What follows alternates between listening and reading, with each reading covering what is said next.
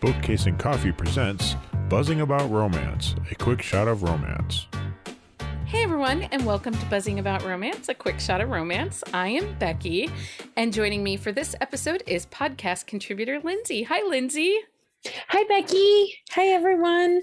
I am so excited. I strong-armed a whole nother person into reading Rhenna books with me. It was so good. I'm so glad you recommended it. I definitely see how you can slip down into the rabbit hole with the series. Yes. So on this episode of A Quick Shot of Romance, Lindsey and I are reviewing His to Defend by Rhenna Morgan. This is book one in the NOLA Night series. Now, this is a spin-off of her Menahaven, and you have not yet read Menahaven, right? No, but it's on my TBR now. Well, I say that because there are some mentions in this book of some of the characters from Menahaven. There's some crossover and stuff. So, and we'll get to that when we start talking about the book a little bit and how it works and such. Will you read us the synopsis from Goodreads? His world, his rules, her love. Though his methods may be rough when it comes to protecting what's his, Russian Sergei Petrov, I can't say his name. Heart is in the right place. That's never been more true than when the gorgeous Yvette Labadie asked him for a job. He knows enough to keep his hands off someone as beloved by the locals as Evie, but there's something about her that calls to him, no matter how badly he burns to make her his. Don't think Evie hasn't noticed the powerful Russian mafia boss who makes her favorite dinner at regular stop. How can she not? He's as hot as his reputation is dangerous, but everyone in her struggling New Orleans neighborhood knows he's the man to turn to. And right now she needs money to get her son out of trouble. Her other needs she knows damn well Sergei can meet more than satisfy, will have to wait. Evie soon finds herself playing Cinderella to a man who, despite what people believe, is definitely more prince than villain. She can't help falling deeper in love with each passing day. But when a turf war between Sergei and a rival brings violence to her doorstep, Evie must come to grips with loving a man who will do anything to defend her or walk away from her best chance at a happily ever after of her very own. So this book released October 14th in 2019. Tropes, this is an age gap single mom, mafia. He's a very protective hero. Found family, and he is a dirty talker. He is, but he's also like way more of a cinnamon roll than I anticipated. You know what? You say that, and he is. Maybe he's more stern brunch daddy. You know what I mean? Yeah. I wasn't quite expecting him, and I really loved him. Yeah. So this is the NOLA Night series. This is book one. It is an interconnected standalone. Put out percentage is 34%. We both listened. Well, I have read this book, so this was a re-listen for me. And the audiobook is read by John Lane, who does. So in this book, it's a Russian bravada. He is from Russia, living in New Orleans, and he says Russian words.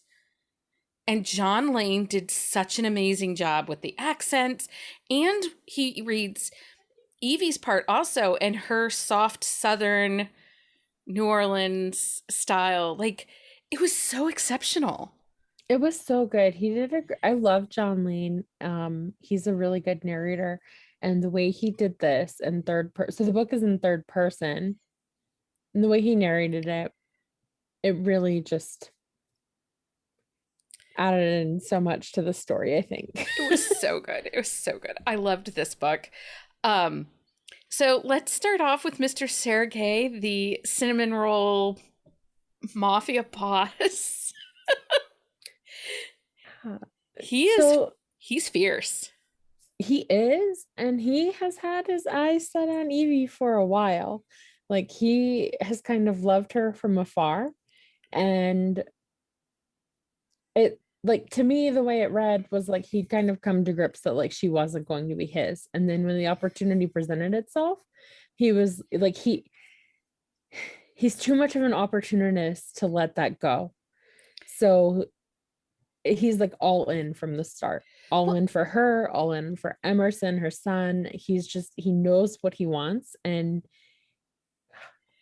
I love how he was thoughtful in his manipulations. And that is a terrible way to phrase this, but I don't know how else to do it, because so she comes to him and says, "Hey, I need a job. I've lost my job. I got fired. I need this amount of money to get my son into this school because he, is a really smart kid and they think this would be a better learning environment for him." And Sergey says, "Okay, I'll help you. I will give you a job." And he moves her into his pool house.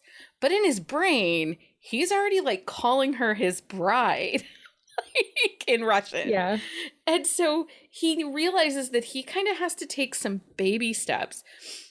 And he does some things like, in the household and makes some changes. And I thought like Evie was going to come unglued on him. Like, there's a scene with a game room for Emerson, and she's like, "You can't be doing that. What are you doing?" And I was dying. I'm like, he knows what he's doing. He's a smart guy. he is a smart guy. He does know what he's doing, and he knows that the way to Evie's heart is through her son, because she is such a care. They're both really very much caretakers. Like, for him being a mafia boss, I was really surprised to see, like, usually with mafia romances, there's like that alpha hero where they want to take care of their heroine, but like here it was like very thoughtful. He never, in my opinion, really overstepped Evie's boundaries, and he never tried to make her feel like she didn't have a choice in any of it. Well, and he never took over for her. He Mhm. never like tried to say, "You're just going to do it this way because this is the way I want it done." So I look at like when Evie goes back to the neighborhood to the street fair. He could have just stepped in and shut things down and switched and made some very bold statements. He didn't. He allowed her, she had this, and I say allowed her, she had a confrontation with her uncle who is not a good guy. And instead of Sergey being like, "Take him out, he's done," he like steps back and watches. And I liked that about him because he is very thoughtful before he takes actions. Right. And a lot of times you get like these mafia bosses who are like, let's burn it to the ground. And it's Yeah. very dark, very quick. And a lot of it is unnecessary. And for him, like so much of what he did was very intentional. Like everything he did had a purpose. And so much of his motivation was just making Evie feel safe. Yeah.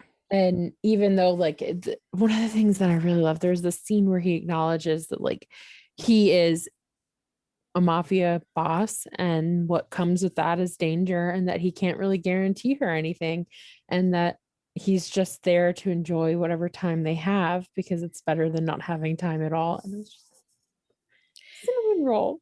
Yeah. Yeah, it was. Well, and I think one of the scenes that I really just fall in love with him is when Emerson has a thing at school, and it's kind of bring like your dads and donuts or whatever. And without telling Evie that he's going to do this, Sergey goes and is his buddy for that. And he does it in such a careful way and such a thoughtful way that it was between him and Emerson. So he's building that connection with the child, but also not overstepping with Yvette. And I liked that. Yeah, it kind of created this situation where they were sharing, like Evie has so much on her plate. She's responsible for Emerson. She's responsible for him first and foremost, and like so much of what she does is trying to give him the best opportunity she can, even though the circumstance, like he dramatically changed the circumstances of her life. And like I just love how Sergey shows up as a partner to her, even though that's not what they've agreed to be yet. Yeah, He just starts doing it. he just does. So let's talk about Evie a little bit, because she's fairly dynamic also. And she's one of those heroines that you girl crush on. Like, because even though she's a single mom without any support system and she's lost her job, she's not like down and out. Like, she's not giving up.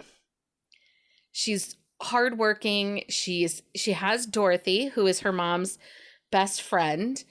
And, you know, she's going to do everything she can for her kid, but she's never negative, and you never feel like, never in this book did I feel like Sergei was rescuing her.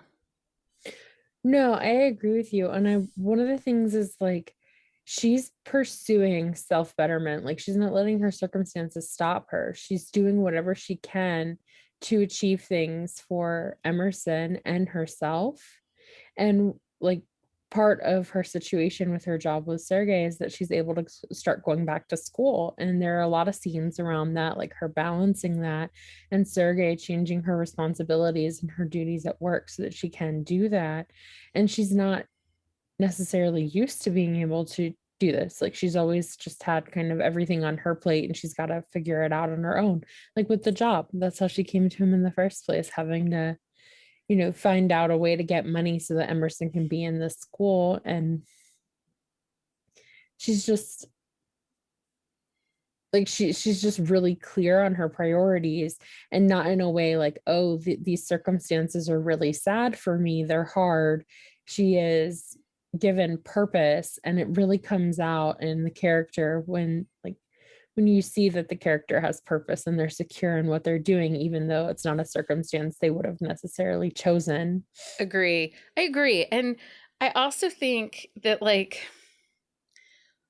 she tries so hard to stay, like, to keep the distance and, you know, boss employee, but obviously they're going to overstep the bounds and, you know, or change the dynamic, and they sleep together, and he's ready to move her in. He is ready to like make her his. He declares her an untouchable. And I was dying in laughter when he invites his sister. It's not really his sister, but she is, you know, part of his found family. And she's from the Menahaven series. So he invites her and her husband to come visit them in New Orleans. And Evie is freaking out because she's like, what am I supposed to wear? What are these people like? And just losing her brain about it. And I was dying because he acts like it's no big deal. So he's so cool and mellow about that kind of stuff. And then there's, go ahead. Oh yeah. And then there's like that scene with the block party where she invites him to the block party because, you know, he's been getting to know, or she's been getting to know his family, and she wants him to have the opportunity to get to know her family, which is at the block party. So he comes to the block party and everybody knows who he is. And at first she's like, oh no, is this going to be awkward? And then it's just like normal. Like, it is just normal. Olga, his housekeeper and cook. She's so funny. The part where they go back and forth about how Evie thinks she is overpaying for her cuts of meat and at the butcher and wants her to do it cheaply. Oh, I love Olga. That's so funny. Olga is like, no, I go and get my food ingredients where I get my food ingredients. Like, do not mess with my system. Right. And Evie's just like, but you could save money. And Olga's like, that's not what we do here. That's not. It's so foreign to Evie. And it was the banter. I think that's one of the things that Rhenna Morgan does really well, is this banter. And she doesn't tell us a story, she shows us a story. So we see how Evie, you know, connects to Sergei's men and that are protecting her. We see, I was dying with the Lucky Charms. Like, Emerson is like, I don't want to eat the Lucky Charms. And she's like, you're going to eat the Lucky Charms? What kid doesn't want a Pop-Tart? And you just see these small little things. And Rhenna Morgan, when she tells a story, she does that. She shows us without telling us. And I love that. I love that she tells us a story like that. I do too. I also think third person, I talked about this before. It's not a format I typically enjoy. Usually if I see a book as third person, even if it's on my TBR, I won't prioritize it. Because it has to be done really well. And I think in her story, like you were saying, it just kind of pulls you in.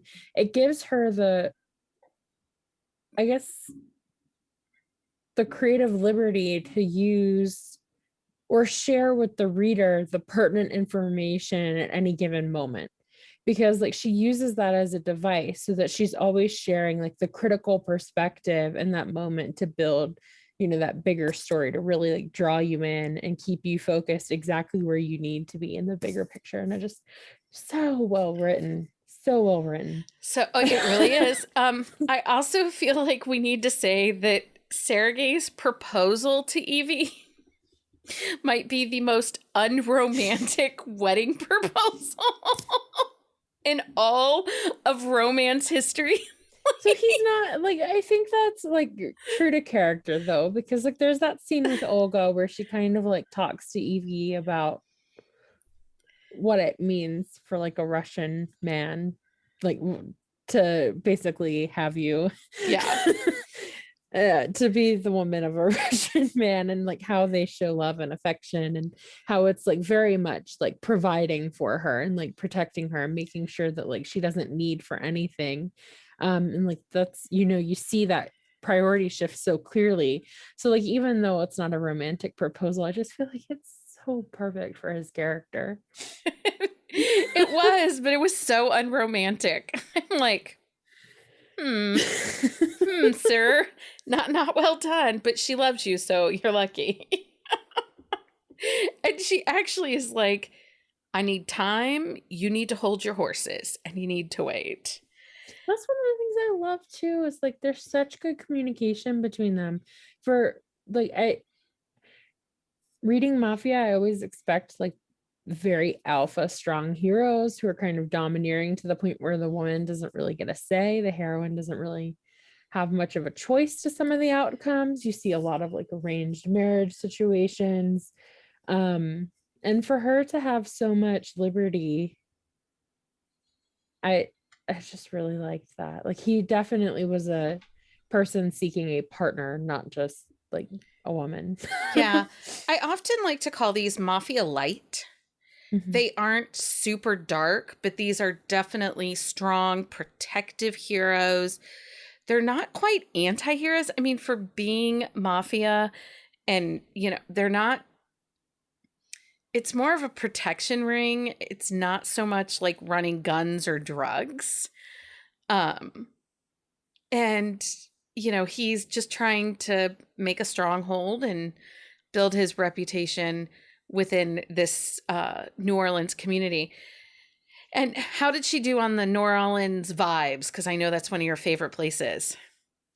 I've actually never been, but I thought she did a really great job. And then one of the things that I liked as well, there's a part in the book where she talks about how the mafia actually was cleaning up neighborhoods, Yeah. like where they, because they were enforcing rules and order of their own accord, like they were creating much safer places. And I really liked that. Because you don't always see that, like, you don't always see that side of it painted in this story. No. No. And I was trying to think of who else writes a little more lighter mafia like this. And I didn't come up with a ton. It's just a really strong protective hero.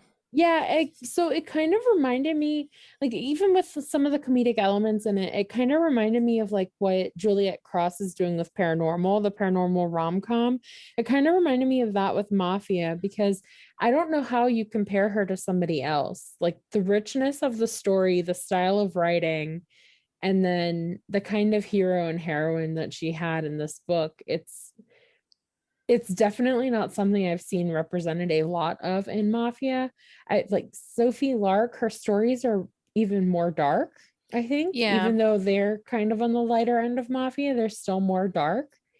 So I really think she's kind of tapped into an area where like maybe if people haven't read Mafia and they don't necessarily love the idea of darker romance, it's a very accessible book, I think, for contemporary readers who want something different. Yeah, and I think that that's the thing that draws me back to these stories, to the Menahaven, to the NOLA Nights, is they feel fresh. They feel different. It isn't just straight contemporary. There's this little bit edgier element to it, and they're sexy. And for traditional published books to be this sexy, it's kind of like, whoa. We don't get that very often. Yeah. And I love Rhenna Morgan. I love the stories that she tells. Obviously, I talk about Pimper all the time. I don't think she reads at all like a traditional published author with this book. Because No. I don't read a lot of trad pub authors. I don't typically enjoy those stories, and I loved this. This is one of my favorite reads in a while. I mean, it's one of my favorite. It's up there. It's going to be up there, I think, for one of my favorite titles. You need to go down the Menahaven. I'm telling you. Oh, I am. There's such dynamic stories with such dynamic heroes. And that's the thing too. I think that's something that Rhenna Morgan, and I say it over and over again, her heroes are these strong alpha protective males, but her women have spines that are solid steel, and there is no breaking those down. Like, they stand up to their men, they go toe to toe, and they're like, whoa, I'll get myself out of this. I am not someone's, sad little flower. I think she has some of the fiercest heroines. And Evie is a prime example of that. Like, even though she'd lost her job and things were tight, she wasn't down. No, she's not the kind of person to just take a punch and roll with it. She's going to keep going. She's so fierce. It's such a great book. I love this book. And there is a romantic suspense element to the story that involves Sergei and what he's doing, and actually involves Yvette and what, her neighborhood and some of her situations. So, and we're not going to spoil that for anybody. But yeah, I'm telling you, people, read this book. Yes. Read the book. Right? So as you guys will notice, the listener, as we're going through quick shots, we aren't doing our 3 questions anymore. We're kind of changing things up. So we hope you're enjoying this new format. But if you have a book that you think we should review for a quick shot of romance, send us an email to thebees@bookcaseandcoffee.com. Lindsey, thank you so much for joining me for this quick shot of romance. Thank you. It was so much fun. Until next time, everyone, happy reading. Find us on Instagram at buzzingaboutromance or on Twitter at buzzingromance. If you like the podcast, please leave a review. If you'd like to support us directly, join the Bookcase and Coffee Patreon and receive exclusive content only available to Patreon members. Check out bookcaseandcoffee.com for our on-the-shelf show notes.